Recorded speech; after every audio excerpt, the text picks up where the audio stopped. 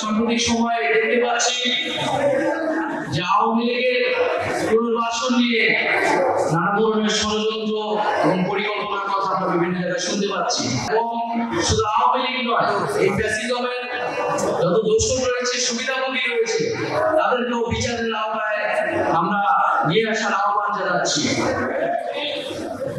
জুলাই গণঅভ্যুত্থানে আমরা কিন্তু কেবল আওয়ামী লীগকে বিদায় করে নাই, বরং আন্দোলনের সময়গুলোতে আমরা 3 আগস্ট শহীদ মিনারে বলেছিলাম যে আওয়ামী লীগ এবং এই ফ্যাসিবাদী 15 বছরের যাত্রা শুরু হয়েছিল সেই 1/11 বন্দোবস্ত থেকে।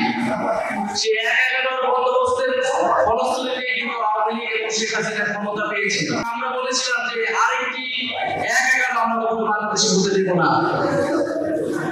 এবং জুলাই গণঅভ্যুত্থানের পরবর্তীতে আমরা বলেছিলাম যে ছাত্র জনতার সমর্থিত সরকারকে অন্তর্বর্তী সরকার হিসেবে ঘোষণা করতে হবে।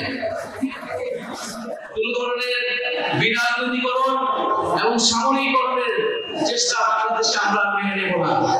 বাংলাদেশে আমরা বিভিন্ন সময় দেখেছি রাজনৈতিক শূন্যতা থেকে সামরিক হস্তক্ষেপ হয়েছে এবং এর ফলাফল কখনোই গণতন্ত্রের জন্য ভালো হয়নি।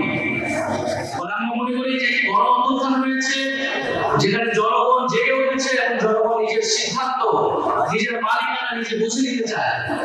জনগণের সেই মালিকানা, সেই অধিকার তাদেরকে ফিরিয়ে দিতে হবে এবং তার জন্য গণঅভ্যুত্থান এবং তার জন্য আগামী নতুন বাংলাদেশ।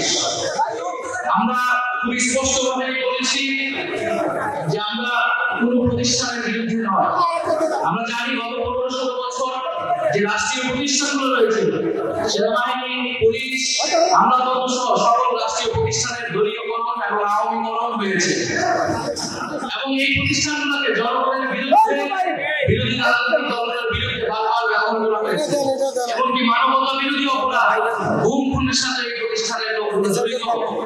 এবং আমরা দেখেছি জুলাই গণঅভ্যুত্থানে পুলিশকে কিভাবে ব্যবহার করা হয়েছে।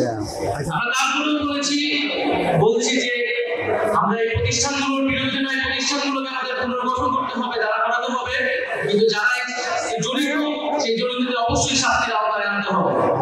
ফলে আমাদের এই প্রতিষ্ঠানগুলোর পক্ষে থাকতে হবে এবং জড়িত ব্যক্তিদের শাস্তির আওতায় আনতে হবে এবং এই প্রতিষ্ঠানগুলোর ভিতরে যদি আওয়ামী দোষরা থাকে, যারা আওয়ামী লীগকে পুনর্বাসনের চেষ্টা করতে হবে, তাদেরকে কঠোর বিচারের আওতায়